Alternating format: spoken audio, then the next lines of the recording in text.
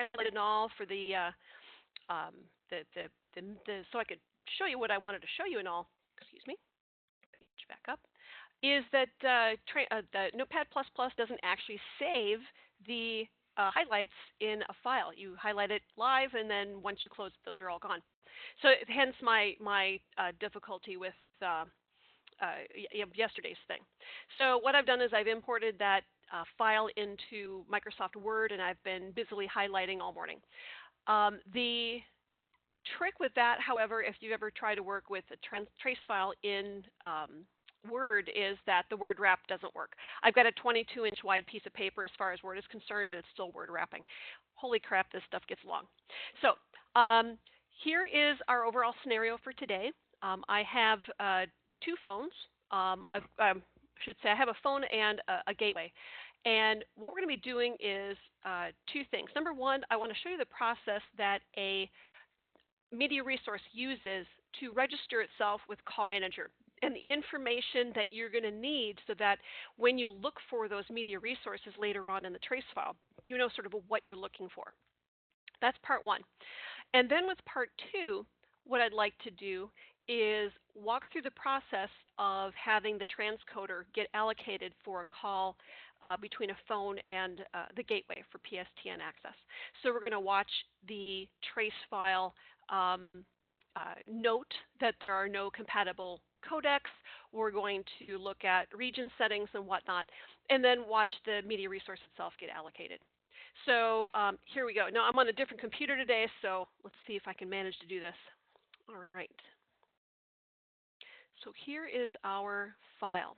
Now I went into this media resource, this trace file, and I have removed quite a bit of sort of, not exactly fluff, because there really isn't any fluff in a trace file, but things that aren't really relevant. So what you're seeing is a more condensed version than what you might see in a production trace file, especially considering I have just the one call really going on at a time. In a production environment, of course, you've got many.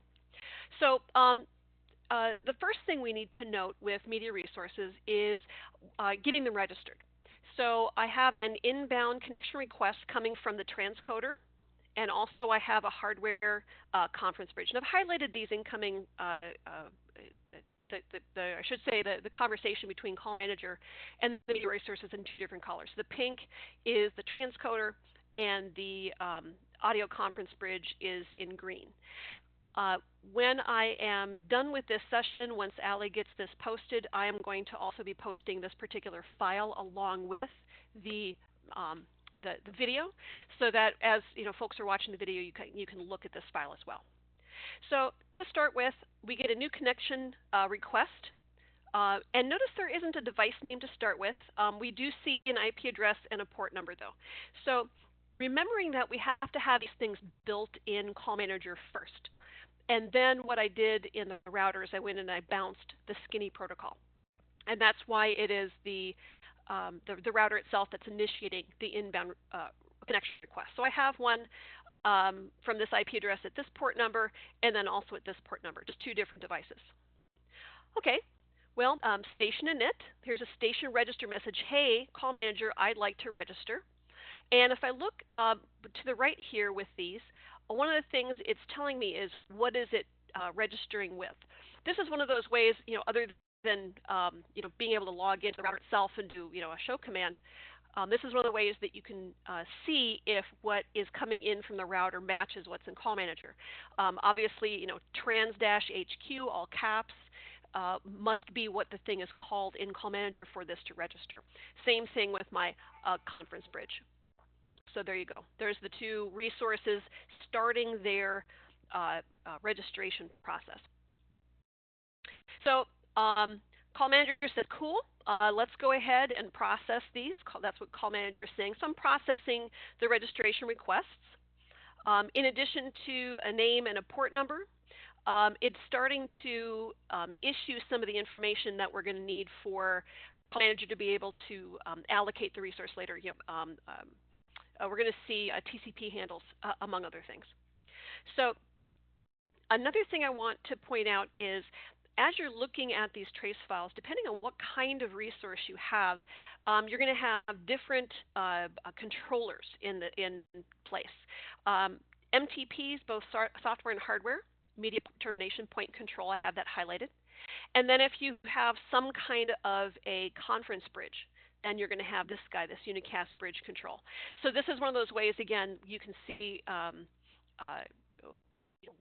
what kind of resource is getting allocated. And a good example of that is if I do have a hardware conference bridge that can also do transcoding, you may expect that a transcoder gets allocated, but it doesn't, just the unicast bridge control. So you may be thinking transcode, and really it's just going to be a conference bridge. Okay, so the transcoder here is going to register. And one of the things that these media resources do when they come in and register with Call Manager is they declare their capacity. They say, hey, Call Manager, this is what I have. Why? Because it is Call Manager's job to monitor and maintain the allocation ability, shall we say, of the media resource. So the idea that in this case, the transcoder comes in and it's going to say it has max streams 4. That's highlighted right there. And the max streams 4 indicates 4 streams that can flow through this thing. So really 2 sessions. If I looked in my router's config, I would see max sessions 2 under my transcode resource, because I have, that's a single transcode session is 1 in 1 out. So there's my 4. You have to know what those mean. This type 112 indicates, and Cisco's documentation has a list of these types, but type 112 specifically means a DSP-based hardware transcode resource that's in a router, as opposed to an appliance or something else that's providing transcode resources. So I see that media termination point control is registering it. It's registering it, and it says it matches something that I have in there. So the call manager is saying, yes, I recognized what it is you're trying to register as. Okay, so that's the transcoder. Here I have the conference bridge, and same thing, the conference bridge. Now unicast bridge control is telling me what its name is, what type it is, and max streams. Max streams in this case, if you're familiar with DSP-based conference bridges in a Cisco router, a conference bridge is allocated in a group of 8 threads. So if I have 3 people or 4 people in a conference call hosted on a DSP, as soon as the conference call is activated, the router and call manager allocate 8 threads. So I can continue adding up to 8 participants in this conference call, and once it goes past that, then it's going to allocate another resource. But in the meantime, 8 threads. So in this case, if I look at my router, I would see max sessions 1. So the thing I'm trying to point out is that the information gathered by call manager as the media resources check in allow you to know, at least in part, the configuration on the router, because the two have to agree. So here is something else that's important. Because this is a conference bridge, the locations is also part of it. That's not true for a transcoder, because the transcoder is in and out, and so you don't see this initially. Now, when the transcode resource actually gets allocated, regions and locations, you'll see Locations Bandwidth Manager kick in and note things like locations.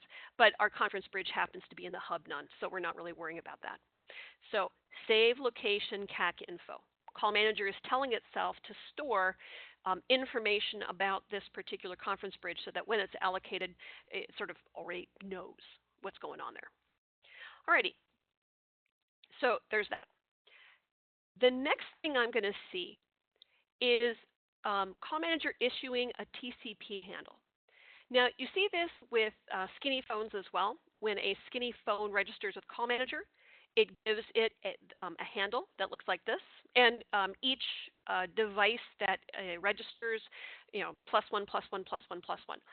One of the ways that, like if I pull a trace file into Translator X and I'm working with a skinny phone, one of the ways that I can see all of the messages to or from a particular device is to get this TCP handle and put that in my filter. And then the trace file will bring up just the stuff for that particular device.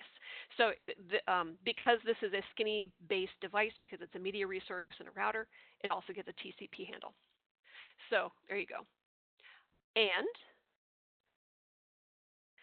it's telling me this particular station is my transcoder, and this particular station is my audio bridge.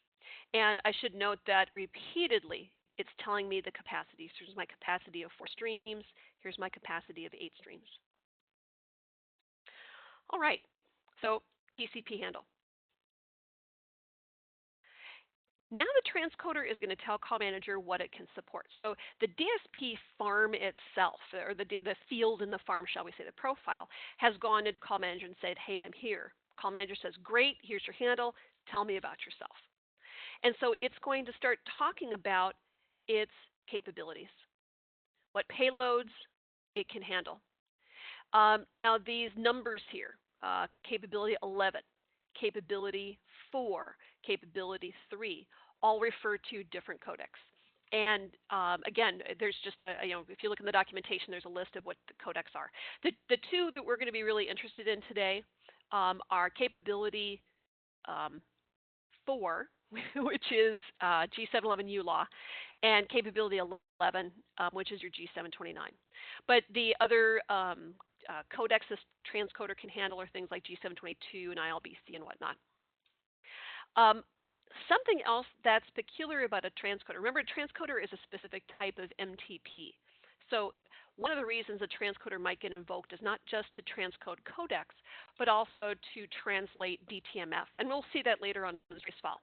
We'll see that no common DTMF relay method is available between these two devices. And so it's going to say, oh, let's use a transcoder. Oh, but we're already using a transcoder. So there you go. All right, so here the device is registering. What's its name, what's its IP address, etc. Conference bridge, similarly, again, listing the codecs it can support.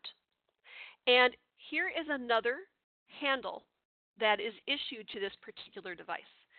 CF, the conference, it's effectively what it is a directory number.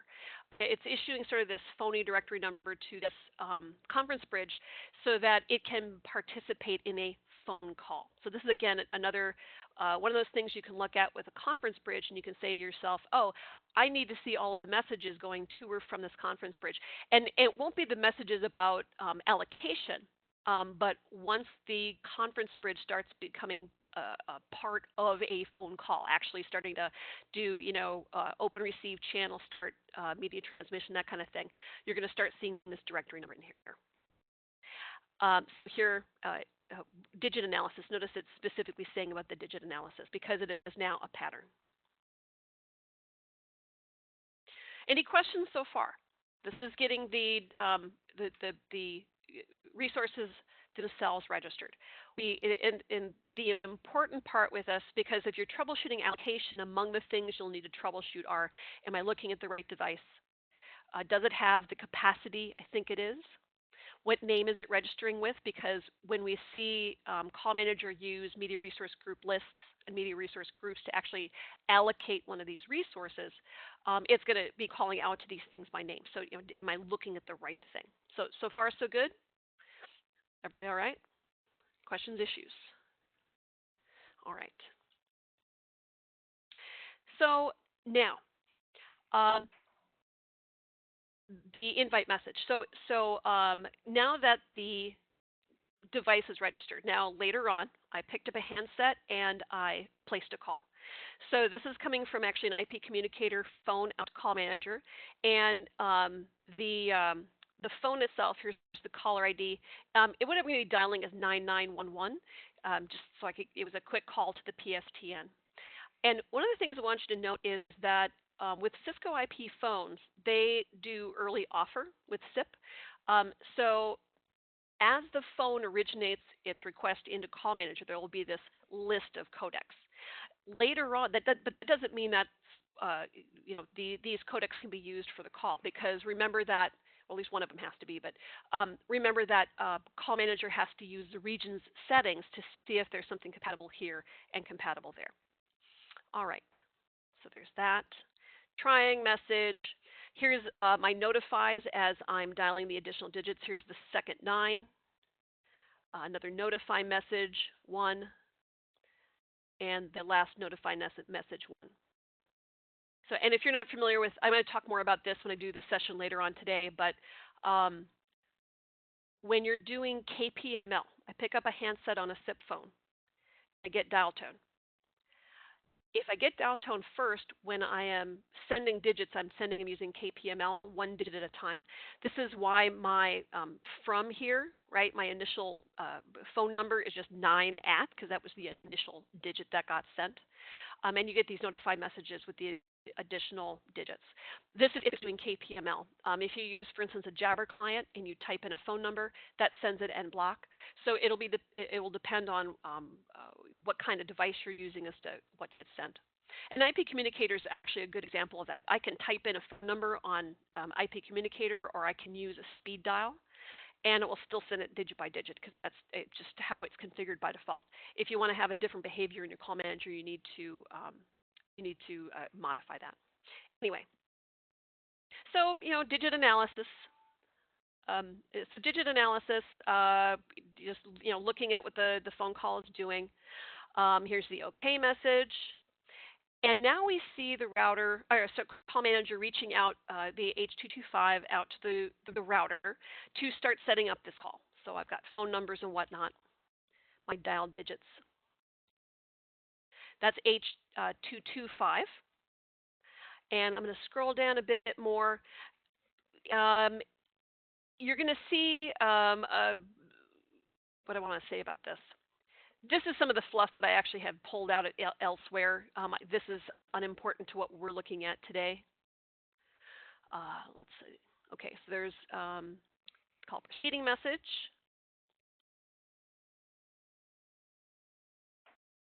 The OK message back to the phone. The alerting message. And then the other piece I'm looking for now that I've got an alerting message is I need to see the H245 information, because that is going to be where the capabilities are coming from this router. So going down, going down. Oh, I thought I nuked all that. It's there. Okay. So this is the first time we're seeing connection requests. I see one here and I see one here. And what these are doing is you're going to have party A and party B, and call manager is going to need to start thinking about what is possible with party A and what's possible with party B. I'm not actually trying to set up a connection yet, but just and you'll see this particular section of code repeatedly in here. Every time a new step happens with regards to the call setup, it's going to, excuse me, it's going to be doing this. So the important part, though, is which region is a particular member in. And I know that this particular member, the region, this is for my gateway. My gateway, unfortunately, my gateway and my transcoder have the same IP address. But so the region. So again, this is one of those things you're going to want to look for is what region does a particular device have in the call trace as far as call manager is concerned. Okay. And party A and party B, right? Here is determining media exchange. Call manager is beginning to think about wanting to set up a call. And the originator is going to be the media manager. From here out, the media manager is going to be in charge of the media stream. So, well, what do I have access to? Region.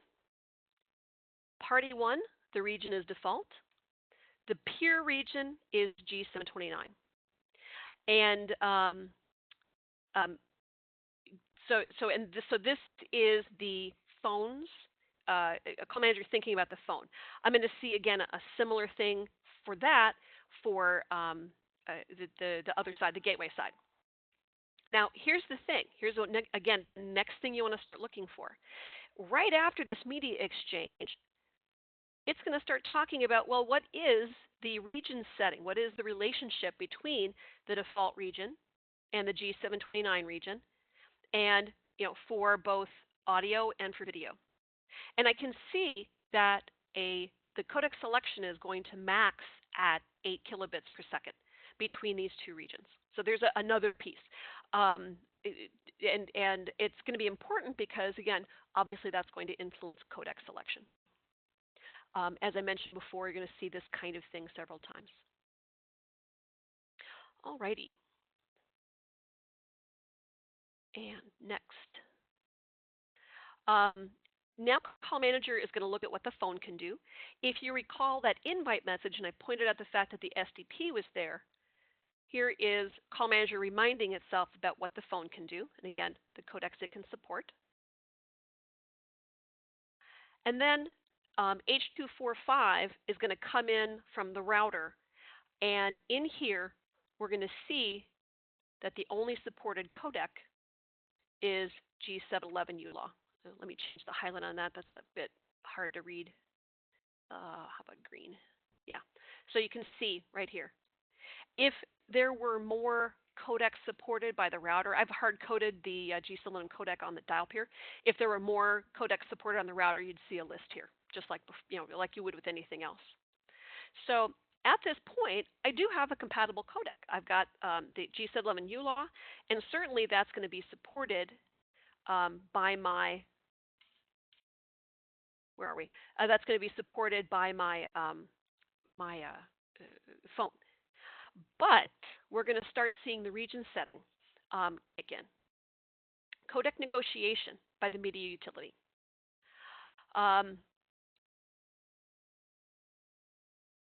Right, and again, talking about my region, peer region. Do I have a codec select, a preference list? Remember that starting with Call Manager 9, you can do custom preference list for codec selection. So it's checking in about that. And the important part, no codecs remained after filtering. So, so between the two regions and the region relationship, which maxed at 8K, there are no codecs available. So at this point, and again, there was some stuff I got rid of. We start seeing a capabilities exchange, and we start seeing, excuse me, like I said, on a different computer today. We're going to start seeing the transcoder actually get allocated.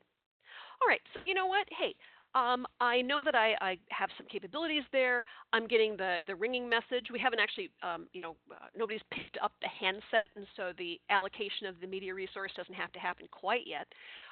So I get the ringing message going back to the phone. And audit connection request. Again, this is Call Manager checking in with itself about what's possible. In addition to looking at regions, settings, and whatnot, notice that other things are considered, and this may have an impact depending on what kind of device you're talking about. I think about BFCP, for instance. Now, I've got an IP communicator and a router, so obviously there's not going to be any, but potentially it could be if this were a Jabber client, for instance. And you'll also see a DTMF comments in here, DTF capabilities. Now, I should mention that because I have a Cisco IP communicator phone, which is running SIP, and I've got a router that's running H.323, I'm going to have the transcoder resource kicked off, not just for transcoding the codec, but also to interwork the DTMF, because RC2833 for the SIP phone is great. That doesn't work with the H.245 out of band that's required. And here we go. Media Manager. Media disconnect request. And this is not saying that a media stream was set up and then also torn down. What it's saying is my initial thought, Call Manager is saying to itself, my initial thought about what I can set up, I can't do. So I'm disconnecting that. And we're going to be pre-allocating a media termination point. So moving on a little bit.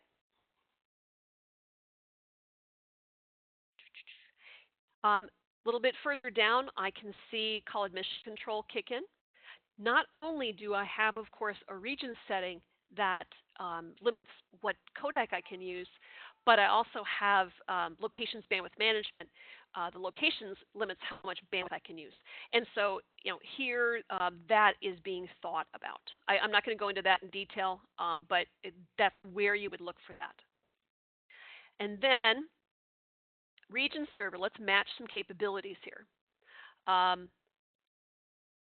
There is no preference list, non-default preference list for the codec selection list here. That's what that's saying. I'm saying that I am limited to 8 kilobits per second though. And again, no codecs remain after filtering. Allocate transcoder resource. In addition, notice it's saying, oh, by the way, in addition to needing a transcoder for my codec problems, I also am going to need that for DTMF injection.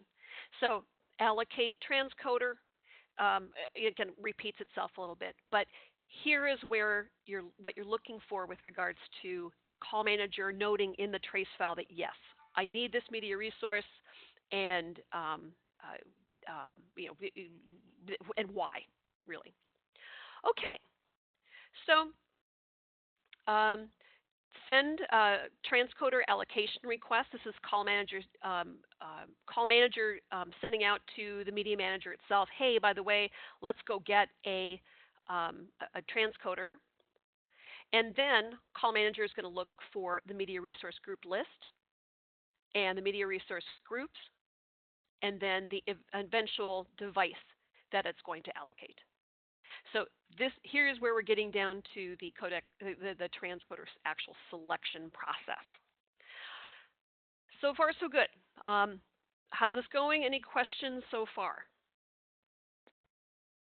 Anybody run into this or work with this in their environment? Have you tried to read these trace files so far? Yes, no, other? I think so. Yeah? I joined late. Maren, I'm sorry, but this is really great. We troubleshoot like MRGLs, but I joined late. What log did you pull this like from RTMT, like the? Yes, this is just the call manager trace file. Okay, like the SDL trace. Yes. Okay, Yes, thank SDL you. trace. Yep.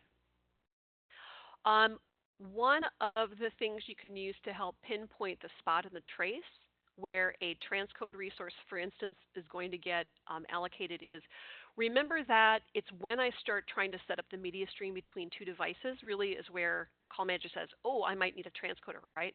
So, for instance, if I've got two SIP phones, I send my invite, I get my trying, my ringing, and then I get the connect because somebody went off, they picked up that handset. At that point, call manager is going to start negotiating the media stream. And so if you use like the call logs in Translator X, or if you use the session trace view in RTMT and find that connect request, use the diagram, go find that connect, and then show in trace, and that will help bring you to the spot in whatever the correct trace file is, that where you can start watching this stuff happen, at least the actual allocation. Does that make sense, or does that help? Yes, no? Hopefully. All right. And Tony, since you did start, let me also just mention too that once we're done with this particular session, we'll be posting this recording in our library, and I'm going to include this file, so you can sort of look at the file while you're looking at watching the video as well. So, and I hope that's helpful. I'll probably clean it up a little bit more by then. Cool. Thank you very much. Yep, Bruce. Okay.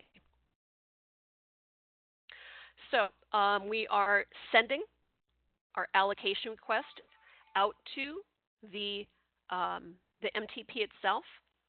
And one of the other things I think is important to understand again is capacity. This is one of those things a lot of people just don't see or don't recognize in the trace file is Remember that the transcoder registered itself with 4 streams. It said my capacity is 4 streams. One of the things we need to do is get the media resource manager and call manager to understand that I'm going to use a pair of streams for this so it can decrement that information. So specifically, I am going to be not just allocating a resource, but a resource count of 1. And in this case, 1 implies a pair of streams. And it's sometimes it talks in pairs and sometimes it talks in individuals. So just be aware of that. One last thing. Anytime call manager is going to allocate a resource, it is going to list the capabilities, what it can do. 4 is G711 ULAW, as I mentioned, and 11 is G729. So that what the call manager is reminding itself at this point is what the capabilities are of the transcoder. It really doesn't need to do that. There's no reason call manager needs to remind itself 19 times the list of codecs that the transcoder can handle, but it does that more really for us. The programmers put that in there so that we don't have to go hunting for it. Alrighty. So now we're negotiating regions, right? And I can see, again, the G729 versus the default, and the transcoder. What region does the transcoder itself have? The router has G729, and the transcoder has G729. I have the default settings in there, so the gateway and the transcoder can go up to a 64K codec. And so the device capability is selecting really is 4, because that is what the router is requiring. This is what the transcoder can do, the list of codecs the transcoder can handle, and this is the list of codecs that the device or the gateway can handle. So this is how I go find that. Do I have a match? I do. So resource allocated. All right. So this is where we are formally allocating the transcode resource and also decrementing that overall capacity. We're saying that we allocated a resource to the router. Earlier, we allocated that resource to the, I'd have to go back and find that, but allocate the resource to the phone. Here is where we're going to go in and actually decrement. So we found our device. Here's the name. Resources are available. Currently used 0. We are allocating a resource. And so once we are done allocating that resource, the current status of that particular resource is right here. Resource available 1, resource used 1. So that we can watch this decrement. It uses the word decrements. Oh, here we are. DEC, decrement available counter by 1.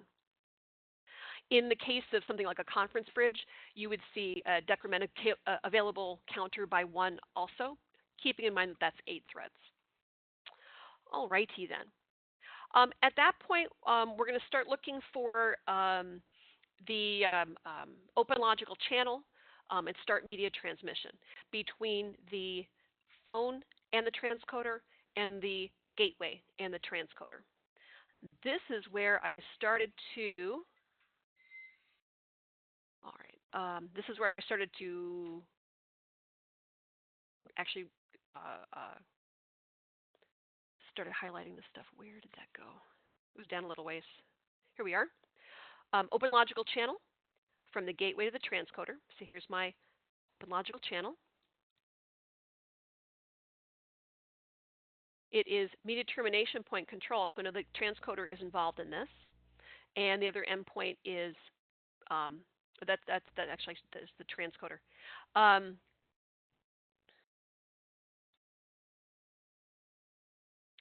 Right, open logical channel. Oh, I'm sorry, I lied. This is to the phone. I can see that right here. That's to the phone.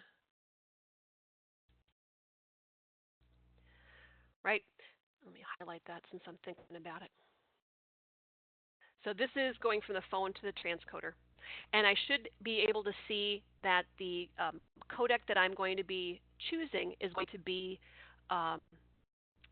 here's, actually let's think, how can it be the phone then? IP address. Oh yeah, here we are, codec 11, which is the G729. at the standard 20 millisecond bit rate.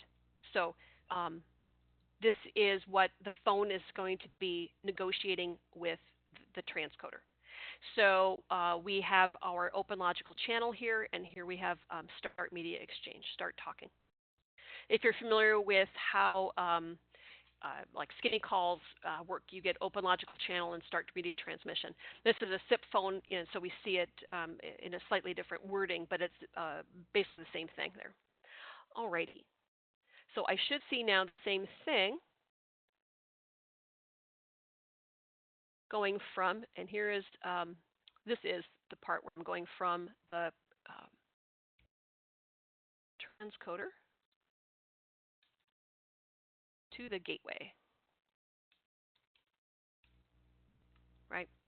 So again, open logical channel. Here is the address and the capabilities exchange. And I should see that here momentarily. Region A, region B, transfer mode. Oh, all right. Sorry, my apologies. This is from the phone to the transcoder. This is from the transcoder to the phone.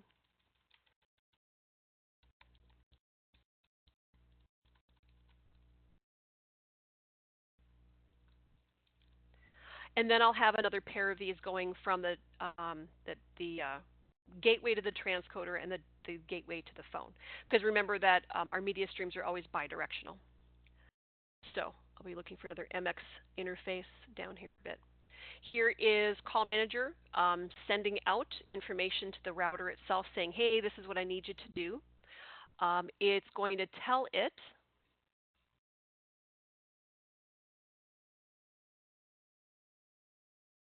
what codec to use. It's going to tell it the IP address it should be going to, which is going to be our the IP address, which is in hexadecimal. I'd have to go poke around for it, but the IP address of the transcoder itself. And so there we are. Here's the transcoder to the gateway. And I can see that IP address here, the port number it's going to use for the media stream, and the codec. Where's my codec?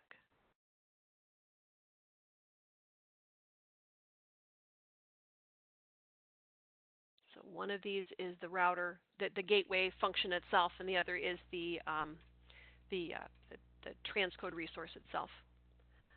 And the media type is 1, which is audio. Media requirements if I needed them. So I'm looking for the codec itself.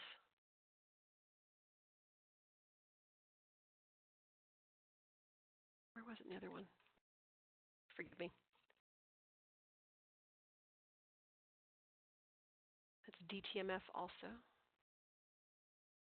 Well, anyway.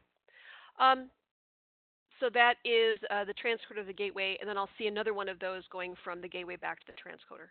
And that and therein is our transcoder negotiation. The next step would be to do the start media transmission. And that is what we have today. My purpose today was to get you aware of what it is you need to look for in the trace file so that you can see your media resources register and you can see them get allocated. How does Call Manager decide to allocate a resource? How does Call Manager go about allocating the resource? And how does Call Manager start setting the media streams to the resource? Decrementing capacities, how does it register by name, and whatnot. So that is what we have for today. I hope this was helpful for you. Do I have any questions? Maren, do you have the next session on the same WebEx, or is it a different? It's the same WebEx. Cool. Yeah, I'm actually going to be using the same file. So there you go. Oh, actually, I took that back. I have to generate a skinny. I haven't done the skinny one yet, so we'll do that.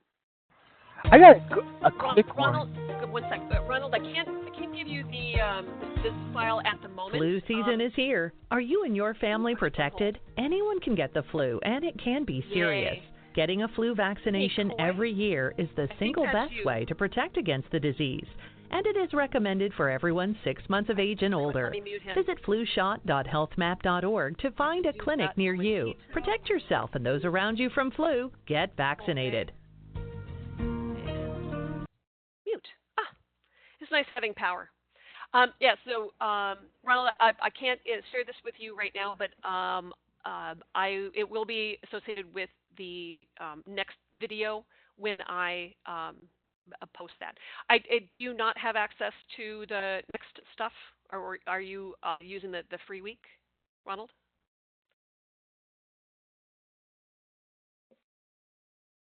You were the one that chatted. Helps if you unmute. Yeah. I just have the free week, so this looks like I like the your highlighted lines, so we know what to look for. But okay. I'll tell you what. Let me get this to Allie. And yes, I can't post it in the WebEx for a variety of reasons. Yeah. But I'll get it to Allie. And if you want to send her an email, she'll contact me, and we can get you a copy. Okay, great. No problem. Thanks. Yeah. What I may do. That's good. No problem. Okay, Allie, with your permission, what I might do too is set up a, we have to do our blog entries. I might just post this as part of my blog. That would be a great thing to do. Sure, that sounds great. Okay, yeah. So Ronald, in the end, rather than emailing it to you, it'll be in our public blog area, our instructor blogs. Is that okay? Yeah, perfect. Thanks. All right, awesome. No problem. Anybody else? Any questions? Anything you'd like me to show you a second time, or anything that didn't make any sense? Maren, I have a quick question, please. Yes, sir. Your knowledge is very extensive, very impressive. One time, I was surprised to learn that if you configure a transcoder in CUCM, mm-hmm. it can be used as a transcoder, obviously, but it could also be used as an MTP. Yes. Not necessarily any transcoding. Yes. When you do that, is there any difference to how it looks in the logs? Or I was always puzzled by that, but I saw some advantages to using the transcoder in that way. But does it? Well, when a transcoder is used for an MTP. So a transcoder is a type of media termination point. And if you think about what a media termination point is, it's to terminate media, right? I mean, duh, right? Stating the obvious there. And in the case of specifically transcoding, I'm just terminating two media streams and then translating between them. But you also have to terminate media streams for things like DTMF relay, inner working, sometimes, for early offer versus delayed offer, SIP, this sort of stuff. And for things like the DTMF relay and the what was the other thing I just said? And the early offer versus delayed offer. Call Manager will attempt to allocate a software MTP because those can be handled with that. But if it doesn't have one, or if the hardware ones are preferred, yes, it will allocate that. The only difference you would see in the trace file is the Y. Remember that we had two Ys here. We had the Y that a common codec could not be found, and we also had a Y of DTMF relay methods were incompatible. There were two Ys in this particular trace file, and because we were using a transcoder, it could take care of both at the same time.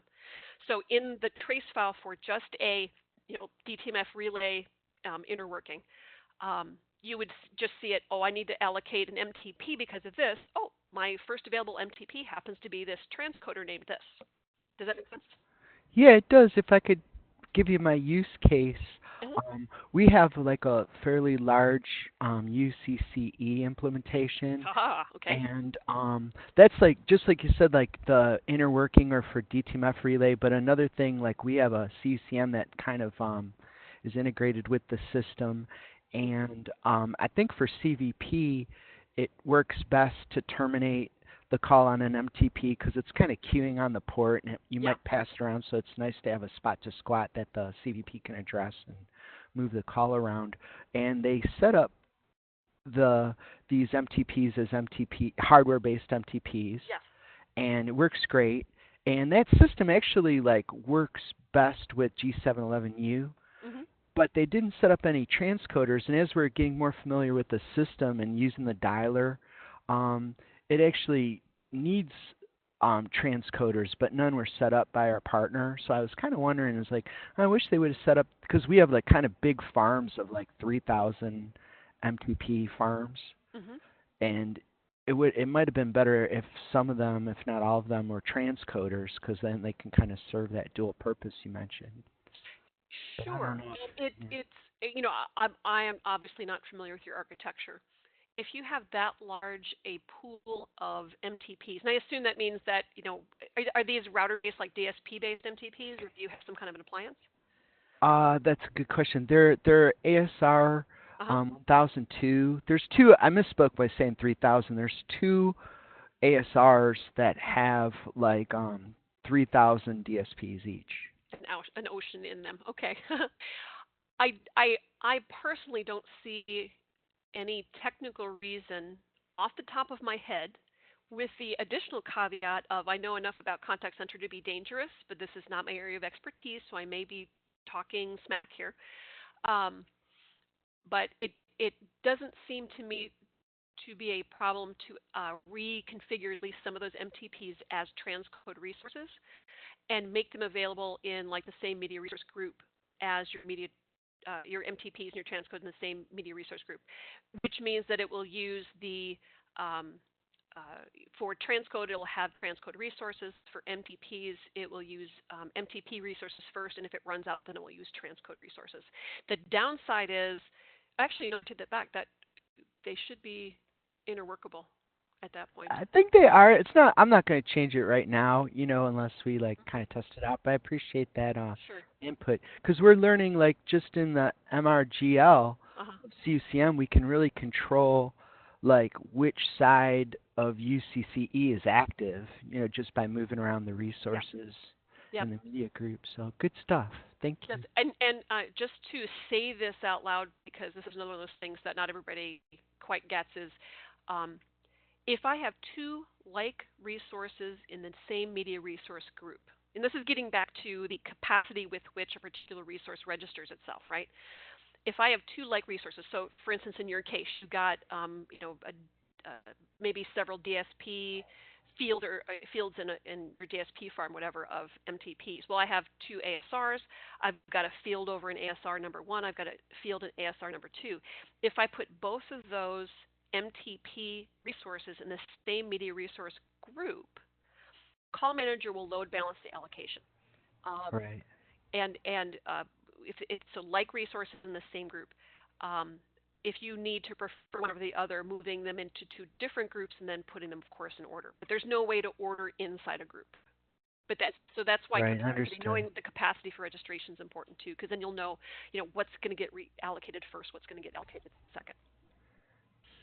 Thanks very much. Yeah.